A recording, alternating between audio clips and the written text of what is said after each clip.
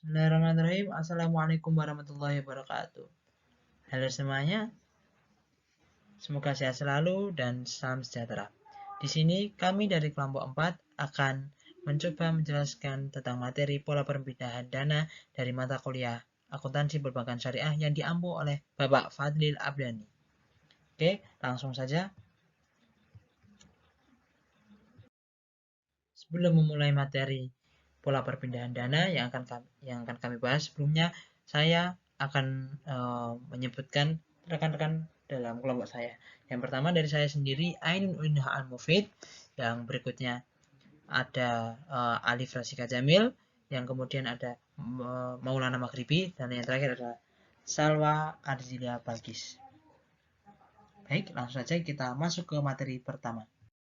Yang dimana transaksi tunai menggunakan uang kartal atau uang fisik, seperti ketika membeli di pasar menggunakan uang fisik yang berupa seribuan, 2000-an. Nah, jadi transaksi tunai adalah transaksi yang dilakukan secara di depan mata menggunakan uang kartal atau uang berbentuk fisik.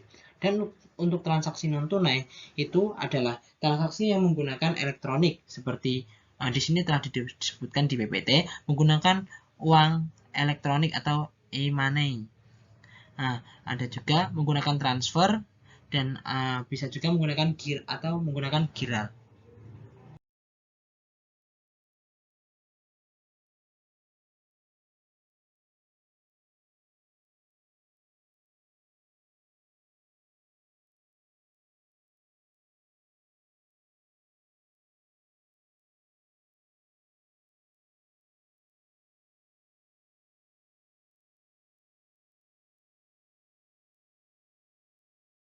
Baik, untuk materi selanjutnya yaitu pola perpindahan dana.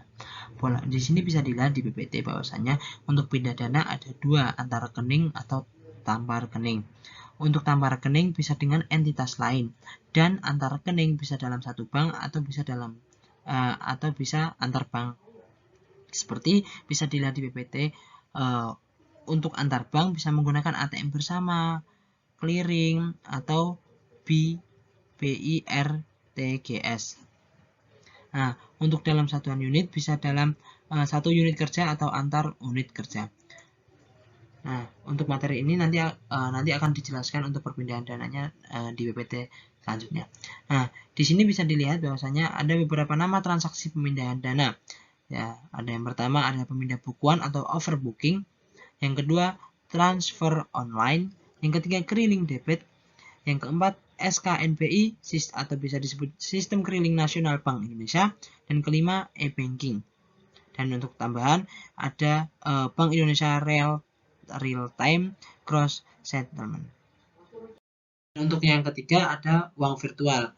Uang virtual ini adalah uang seperti e-money yang sejenisnya, seperti cash card, credit card, debit card, ataupun instrumen e-channel seperti mobile banking, BCA mobile, ataupun yang lainnya. Jadi untuk uang virtual ini adalah jenis-jenis pembayaran yang pembayaran tersebut menggunakan kartu kredit ataupun elektronik seperti transfer. Nah, untuk transaksi antar bank mengenai transaksi ini ada beberapa hal, yaitu keriling debit. Menurut LPPI, yang dimaksudkan dengan keriling adalah perhitungan atau utang piutang antara para peserta secara terpusat di satu tempat dengan cara menyerahkan surat-surat berharga dan surat-surat dagang yang telah ditetapkan untuk dapat perhitungan. Tempat yang dimaksud ini adalah lembaga keriling yang biasanya berada di kantor Bank Indonesia atau kantor bank umum yang ditunjuk untuk mewakili Bank Indonesia, di mana pada wilayah tersebut tidak terdapat kantor Bank Indonesia. Clearing adalah metode pemindahan atau transfer uang antar rekening yang disebut juga dengan istilah lalu lintas giro atau biasa disingkat dengan LLG. Nah, menurut clearing debit, menurut ketentuan Bank Indonesia adalah penyelenggaraan clearing debit dilakukan per wilayah clearing oleh penyelenggara clearing lokal. Transaksi yang dapat dikliringkan adalah transfer debit yang berasal dari warkat debit berupa cek dan bilet giro. Transfer debit yang dikliringkan dalam bentuk data keuangan elektronik disertai dengan penyampaian warkat debit. Kegiatan dalam penyelenggaraan clearing debit terdiri atas 1. Clearing penyerahan dan ada clearing pengembalian. Yang disebut dengan clearing penyerahan yaitu memperhitungkan transfer debit yang disampaikan oleh peserta pengirim kepada peserta penerima melalui PKL. Dan kemudian clearing pengembalian yaitu memperhitungkan transfer debit yang ditolak oleh peserta penerima kepada peserta pengirim berdasarkan alasan penolakan yang ditetapkan oleh Bank Indonesia. Untuk selanjutnya, B. Skema transaksi. 1. Pemindah bukuan atau overbooking. Secara garis besar, struktur neraca Bank Umum Syariah adalah seperti berikut. Pada tabel 6.3 neraca Bank Syariah, sumber dan penyaluran dana seperti gambar yang telah tercantum di PPT. Variasi atau kombinasi transaksi pemindah bukuan dapat terjadi, yaitu A. Antar rekening kelompok pasifah. 1. Giro dengan giro, misal transaksi bisnis antar para mitra. 2. Giro dengan tabungan atau sebaliknya, misal pembukuan rekening giro dimaksudkan untuk tujuan bisnis, sedangkan pembukuan rekening tabungan dimaksudkan agar mendapat bagi hasil yang memadai. Di antara kedua rekening tersebut dapat saling dikaitkan, misal jika saldo rekening giro kurang, si pemilik rekening atau giro dan tabungan memberi kuasa kepada bank untuk mengambilkan dana dari rekening tabungan.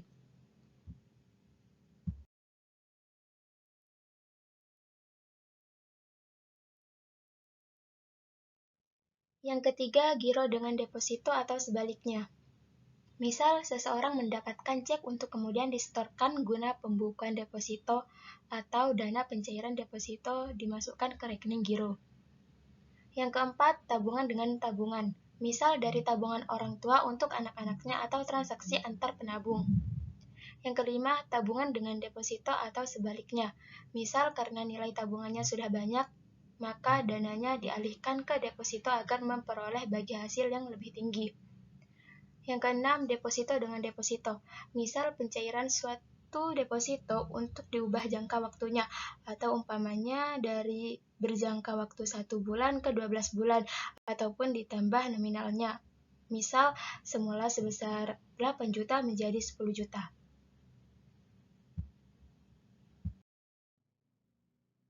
B. Antar rekening aktiva. Yang pertama, misal antara rekening pembiayaan dengan rekening giro Bank Indonesia atau sebaliknya dalam transaksi SKNBI atau clearing kredit.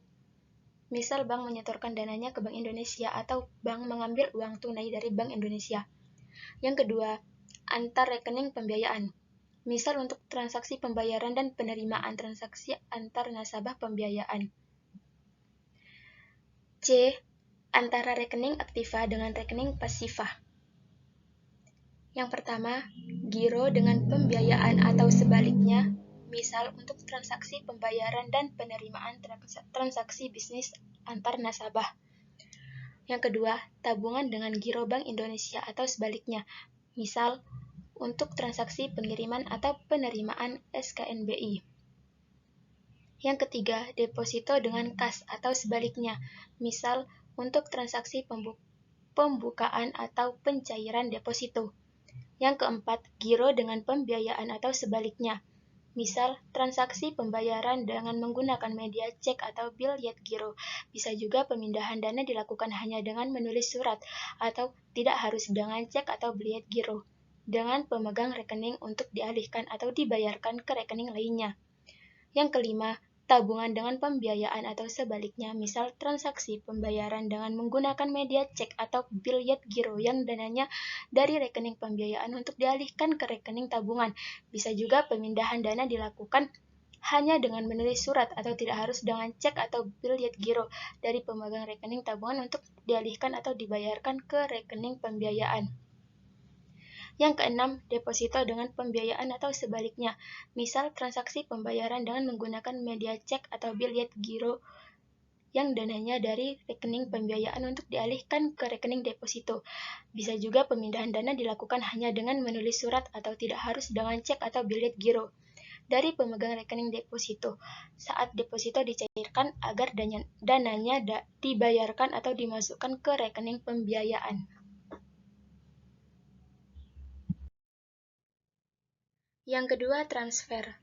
Pengertian transfer di sini adalah menganut pola lama, yaitu pemindahan dana antar kota cabang dari satu bank saja.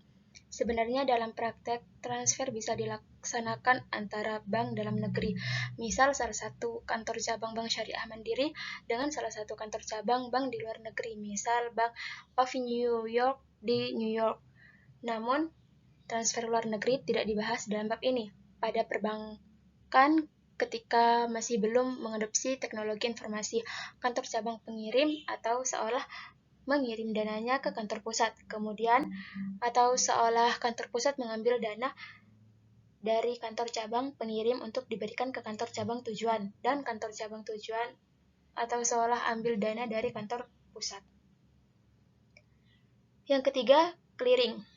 Pada transaksi clearing saat ini sudah menggunakan teknologi informasi, namun yang masih memiliki kesamaan dengan mekanisme clearing lama adalah bahwa pada transaksi clearing debit transaksi yang menggunakan surat berharga seperti cek atau bilet giro, mekanismenya terdapat aliran dokumen dan aliran dana. Yang keempat, BI RTGS. Misal, nasabah Bank Umum Syariah Amanah Kantor Cabang Yogyakarta ingin mengirimkan yang besaran nominalnya 500 juta ke atas ke Pak Rahmat, nasabah Bank Umum Syariah Muamalah Kantor Cabang Bandung.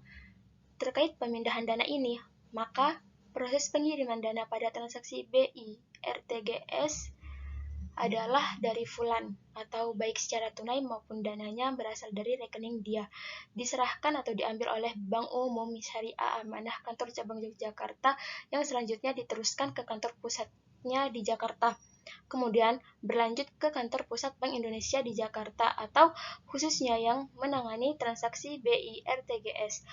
Kantor pusat Bank Indonesia di Jakarta selanjutnya memindahkan dana dari rekening kantor pusat Bank Umum Syariah Amanah ke rekening kantor pusat Bank Umum Syariah Muamalah di Jakarta. Proses selanjutnya, dana tersebut dikirimkan ke kantor cabangnya di Bandung untuk dibayarkan atau dimasukkan ke rekening Pak Rahmat.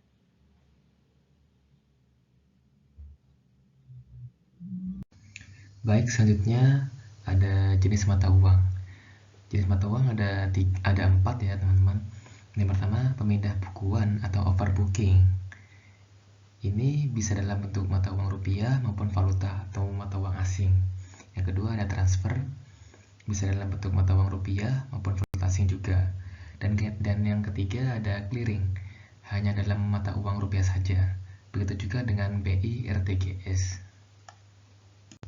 Selanjutnya, besar nominal dana yang dikirim. Yang pertama, ada pemindah bukuan atau overbooking yang tadi. Besar dana yang dikirim itu adalah baik untuk mata uang rupiah maupun valuta asing, tidak ada ketentuan yang membatasi jumlah maksimalnya. Pemindahan dana, dengan kata lain, bebas berapapun boleh dikirim sepanjang dananya mencukupi. Dan yang kedua, transfer. Baik untuk mata uang rupiah maupun valuta asing, tidak ada ketentuan yang membatasi jumlah maksimal pemindahan dana. Dengan kata lain juga, bebas berapapun boleh dikirim. Dan yang ketiga, clearing. Sesuai ketentuan yang ditetapkan oleh Bank Indonesia atau BI, jumlah dana yang bisa dipindahkan melalui lembaga clearing maksimal adalah 500 juta rupiah. Dan yang keempat, BI RTGS. Sesuai ketentuan juga yang ditetapkan oleh Bank Indonesia, jumlah dana yang bisa dipindahkan melalui BI RTGS yaitu mulai dari 500 juta rupiah. Selanjutnya, untuk jenis mutasi atau transaksi antar rekening, yang pertama pemindah bukuan ya, overbooking. Jenis mutasi debit atau menarik atau memindahkan dari rekening sendiri ke rekening nasabah tertentu atau lainnya. Dan mutasi kredit ini menerima kiriman atau memindah dari rekening pilihan pihak yang lain yang bersangkutan, baik milik orang atau pihak yang sama maupun milik nasabah yang lain. Dan yang kedua yaitu transfer. Bagi si pengirim dana atau uang adalah mutasi debit. Dan bagi si penerima adalah mutasi kredit, yaitu mengirimkan atau memindah sejumlah dana dari rekening pengirim ke penerima, atau bisa memiliki rekening pula tidak punya rekening, atau bisa memiliki rekening bisa pula tidak punya rekening, begitu maksudnya, di kantor cabang lain. Namun di kas lain, namun ada banknya, namun pada bank yang sama tentunya, yang berada di luar kota, baik untuk orang atau pihak yang sama maupun nasabah yang lain. Dan yang ketiga, clearing, yaitu mutasi debit atau menarik atau memindah dari rekening lain ke rekening nasabah penagih. Dan kredit, mengirimkan atau memindahkan dari rekening dia ke rekening lain di bank lain, baik milik orang atau pihak yang sama maupun milik nasabah lain. Pada clearing ya teman-teman. Dan yang keempat yaitu BIRTGS. Bagi si pengirim dana atau uang adalah mutasi debit juga seperti transfer tadi. Dan bagi si penerima adalah mutasi kredit sama dengan transfer yang tadi, yaitu mengirimkan atau memindahkan sejumlah dana dari pengirim ke rekening lain di bank lain di kota yang sama atau kota lain, baik milik orang atau pihak yang sama maupun milik nasabah lain. Kecuali pada Bank Indonesia bisa melakukan baik mutasi debit maupun kredit. Yang selanjutnya yaitu pola transaksi. Yang pertama ada pemindah bukuan atau overbooking. Untuk contoh transaksi pindah buku pada antara cabang umum syariah, terdapat aktiva dan pasiva. Pada aktiva terdapat penyaluran dana, kas, Bank Indonesia, bank lain, surat berharga, pembiayaan, penyertaan, dan aktiva tetap. Dalam pasiva terdapat sumber dana pihak ketiga meliputi giro, tabungan, dan deposito. Lalu dana pihak kedua dan dana pihak ke-1. Berdasarkan neraca Bank Umum Syariah tersebut, dapat terjadi mutasi atau transaksi. Yang pertama, antar rekening pasiva. Contohnya, Fulan membayar kepada toko Rizki sebesar 5 juta, dan keduanya memiliki rekening giro. Untuk pencatatannya yaitu debit giro Fulan kredit sebesar 5 juta dan debit giro toko Rizki kredit sebesar 5 juta. Yang B, antar rekening aktiva. Contohnya, Pak Hidayat membayar kepada Pak Taufik sebesar 10 juta. Nah, Pak Hidayat memiliki rekening pembiayaan musyarakah dan Pak Taufik juga memiliki rekening pembiayaan musyarakah. Dan pencatatannya yaitu debit MSA Pak Hidayat kredit sebesar 10 juta, debit MSA Pak Taufik kredit sebesar 10 juta. Untuk yang C yaitu antar rekening aktiva dengan rekening pasiva atau sebaliknya. Misal, Fulan membayar Pak Hidayat sebesar 20 juta. Fulan memiliki rekening giro, namun Pak Hidayat memiliki rekening pembiayaan musyarakah MSA. Untuk pencatatannya yaitu debit giro Fulan kredit sebesar 20 juta, debit MSA Pak Taufik kredit sebesar 20 juta. Yang kedua yaitu daya transfer. Misal, Fulan itu nasabah Giro Amanah kantor cabang Yogyakarta membayar ke Pak Ahmad. Pak Ahmad adalah nasabah Bank Umum Syariah Amanah kantor cabang yang di Surabaya dan pembayarannya sebesar 30 juta. Tercatat di debit Giro Fulan kredit sebesar 30 juta dan di tabungan Pak Ahmad kredit sebesar 30 juta. Yang ketiga ada clearing.